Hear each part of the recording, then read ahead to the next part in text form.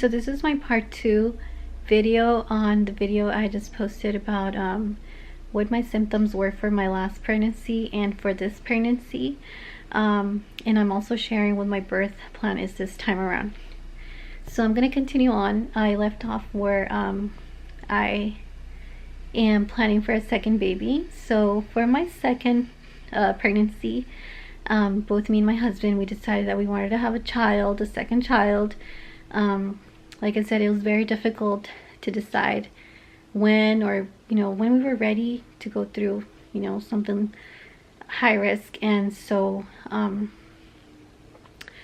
I said, we prayed about it and we felt strongly that we wanted to have the second child. And so when we tried, it took us 2 months. It wasn't something right away like my first. I already knew what my condition was, and so I didn't know what to expect. I thought, maybe I'm just not being able to have any more children, or we're just gonna have to go through something hard, difficult. And thank God that wasn't the case, because at 2 months we were able to get a positive result. The first month was pretty smooth.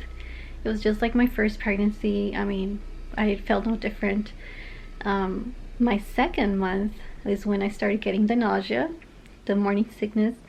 I again had it all day, and it was the exact same. It was probably a little worse maybe, because there's probably like several times when I can tell you I felt like I was going to pass out. And it was probably a little bit different too, because now I was pregnant and I had a toddler to take care of, and a husband. So there was definitely more to take on. And plus, I had to take care of myself and eat at the right times, otherwise I'll get nauseous.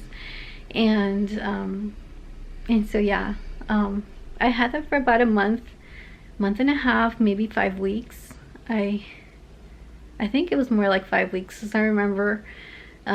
Before I knew it, it was gone. So yeah, when that was over, we did go to get a 3D ultrasound to find out the gender of our baby, and we found it was a girl. And then later on we found out through the doctor, I think it's like at 5 months they tell you, and yeah, they confirmed it was a girl.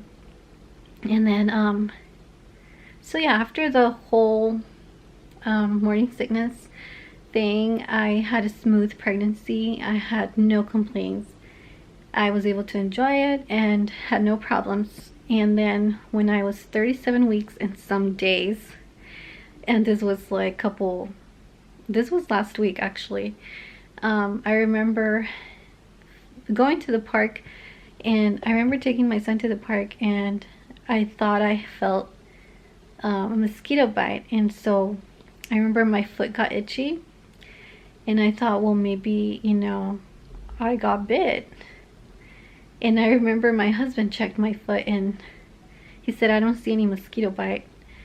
And I really didn't know what to think. I mean, I started getting itchy ever since that day, and I blamed it on the mosquito. But no, I remember going to see my doctor. And so yeah, sure enough, cholestasis had came back from my last pregnancy. If you saw my video, I also had cholestasis with my first pregnancy. And again, if you don't know what cholestasis is pretty much when your liver stops functioning the way it should, and acids are being released into your bloodstream. That causes a lot of itch in your body, especially on the feet and the hands. It can cause harm to the baby. Your baby can become stillborn. It's not like for sure, but it's something that can happen. So at this point, you're put at high risk. So right now I'm going in for non-stress tests twice a week, and I'm 38 weeks now, and I'm already scheduled to have a C-section. So if you did not watch my last video where I explain exactly what happened and why I'm having a C-section, you may want to watch that. So in the beginning of my pregnancy, I did mention to the doctor if it'd be possible for me to have a VBAC, because I was really considering it, and she said, I will not be able to tell you until you're at the end of your pregnancy.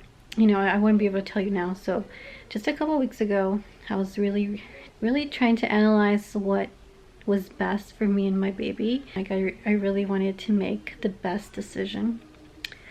And I realized that there's just so many risks in me going into doing a VBAC, because there's so many possibilities of different things. So I decided that I was just gonna do the repeat C-section, and I mean, not because it's easier or because, you know, I want to have it all planned. Like, it really is because of my health. I think recovering wise, it is a little bit more difficult. You know, I'm not trying to compare myself with anybody. I'm here just trying to do the right thing for me and my family, and obviously for me and my baby as well. I don't want to put myself in a position where, you know, someone's at risk or I'm at risk, or, you know, I just didn't want to go through that. Like, I'm already going through enough. You know, having a high-risk pregnancy is not easy. I definitely have faith in God, and I know that that's what's been keeping me, you know, getting through this, because otherwise I think I would have been out of my mind just thinking every day how my baby's doing. But at this point I feel very confident. I am very thankful to God that I'm able to have children, and I'm able to have them full term. Right now I am 38 weeks, and like I said, I have my scheduled C-section. Today is Monday, and I have it scheduled for Saturday. That's if my water doesn't break before, or if I don't go into labor before. I'm just thankful to be able to, you know, get through this much, and just be like towards the end of my pregnancy now. So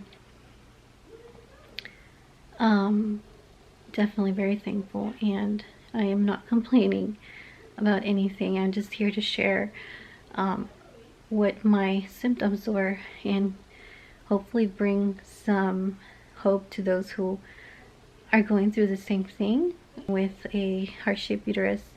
Like I said, my condition is a complete heart-shaped uterus.